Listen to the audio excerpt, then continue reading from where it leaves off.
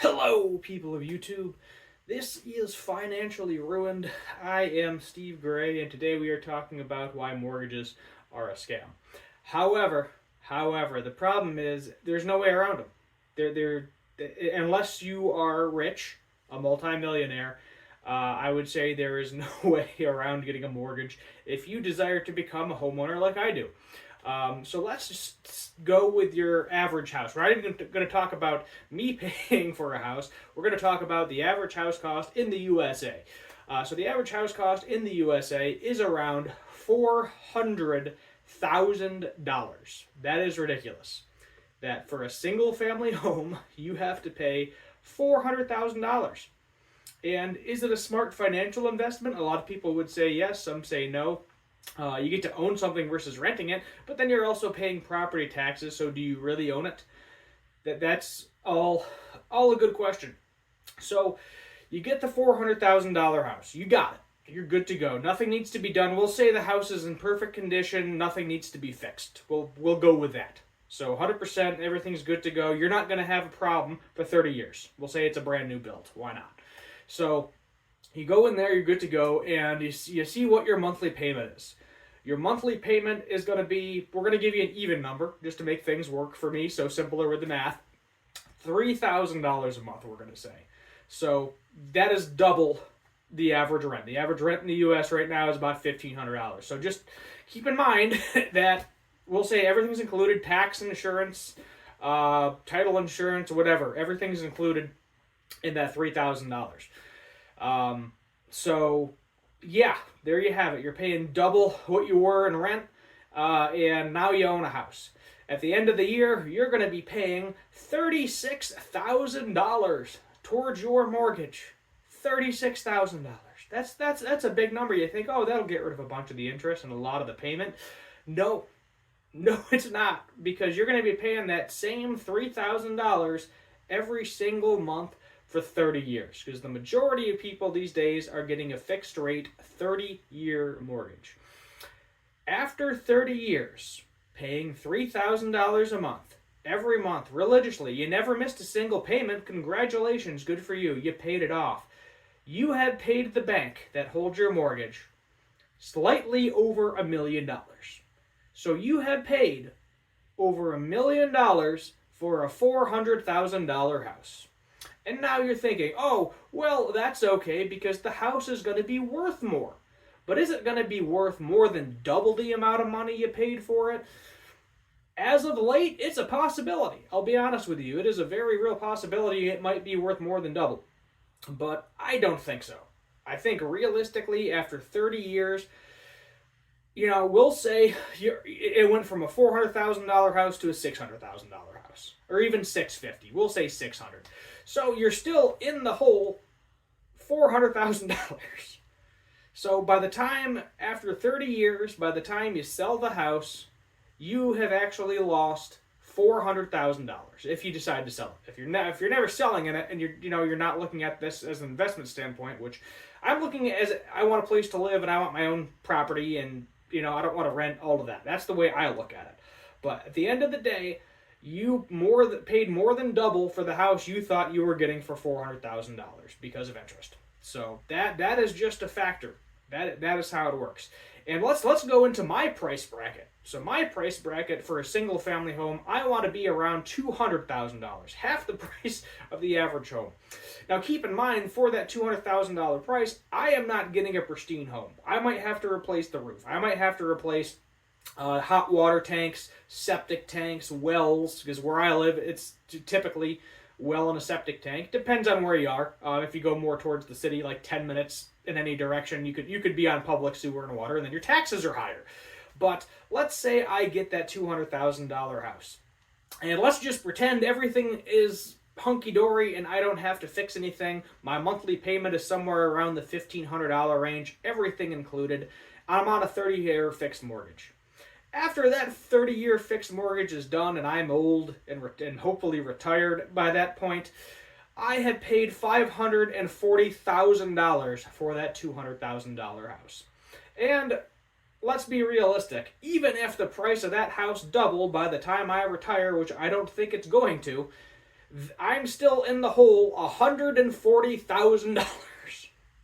So I would just never sell the house. Honestly, if I buy a house and I'm able to buy one, I have no intention of ever selling it. If I want to get a bigger house in the future, I'll deal with that at the time being. I'll rent out the house or something.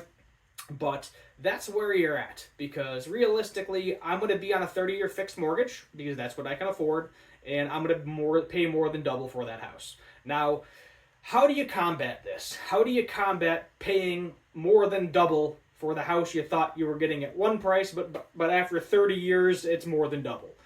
And you pay as much money as you can up front. A lot of the interest first couple of years, that's when the highest interest hits you because you have the highest amount to pay. So what'll happen is you pay as much as you can. Realistically, I understand the average person, myself included, we are not going to say, here's $200,000 in cash. We don't have that kind of money. The majority of people don't have that kind of money. It probably takes the average American, let's say they graduate high school and college. So I would say probably about 10 years after they graduate college. So we'll say somewhere like 32-ish before they buy their first home, if they plan on buying their first home, because they need time to save up money. Or even if they are saving up money, 9 out of 10 they're paying college debt, credit card debt, car payment, things along those lines. So if everything's going right, you have your car paid off, your college debt is paid off, I'm going to say if you're renting, it's probably taking you close to a decade to get that 20% down payment if you're going traditional. If you're not going traditional, which I would highly recommend trying to go traditional, because then you don't have to pay extra things. You put the 20% down, there's a few extra things, I don't remember all of them, but you don't have to pay them if you do 20% down. If you do a different route, then you're typically paying more money, which don't do it. If you can do double payments, 100%. If you can afford double payments, if you know what, I'm not going anywhere in the next year. I don't have a plan to go on vacation. I'll do a staycation. Just whatever extra money, throw it at that mortgage. Any extra money you have, throw it at that mortgage as much as you can to get that payment down as low as possible and hopefully pay it off before. What's really stupid with how credit scores work is if you pay the bill off early, it actually hurts your credit score because of stupidness. I don't know why it does that. I think it's one of the dumbest things, but who cares? You already have the house. Pay it off early. Pay your taxes. You're good to go. If you can go to a 15-year fixed versus a 30-year fixed, highly recommend that, because then the interest is going to be significantly lower as opposed to paying it off in 15 years, paying it off in 30. It doesn't hurt to pay it off early if you can do it. As I said, any extra money, throw it. But the problem is, I understand that, sure, maybe you bought the house when you were single, let's say. No partner, no kids, and then you get a partner and kids in there. So now you're paying for the kids. Hopefully the partner has a job, so maybe both of you collectively are paying a good chunk of change towards that mortgage. Or maybe you don't want them to pay at all. Maybe you have a traditional spouse. One works, one doesn't. If you're lucky enough to do that with children, then you're probably barely paying that monthly payment and nothing else, because that's what you can get. But it is, getting a house is a huge expense. It's a huge scam too, and it sucks.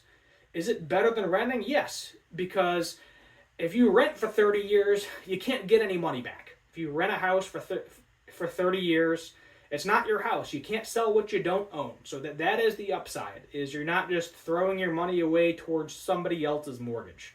So if you can afford a house, definitely recommend doing it. I understand it's not feasible. If I could find an apartment for $400 a month anywhere in the U.S., I probably wouldn't waste my time trying to buy a house, I'll be honest with you, because the cost of that is so low. I would have a decent enough of extra money to invest in things, car payment, pay off student loans, all that other stuff. I generally wouldn't care. So there it is. There you have it. That is why mortgages are a scam. It is I still argue that owning a house is better than renting, especially if you can get it for like the same price point, then why not? If you're paying the same monthly bill you are renting that you are on a mortgage, definitely go for it. But pay it off as fast as possible. That's all I can tell you. But don't, at the same time though, if you're doing that, it might put your life on hold, because now you're stuck. You are stuck if you own a house to a certain extent. You don't want to move anywhere. And then you also might be more conservative if you're taking vacations or things along those lines. But ultimately, as long as the monthly payment is paid and you don't owe the bank any extra money for the month, I'd say you're in the green for the month anyway. But that's hopefully what I'm going to do is I'm going to throw, when I do finally get a house, I'm going to throw as much money as humanly possible at it monthly as long as I can. Obviously, if I have a vacation or something, or somebody's getting married somewhere, I got to factor that in, and probably only hitting the regular monthly payment that month.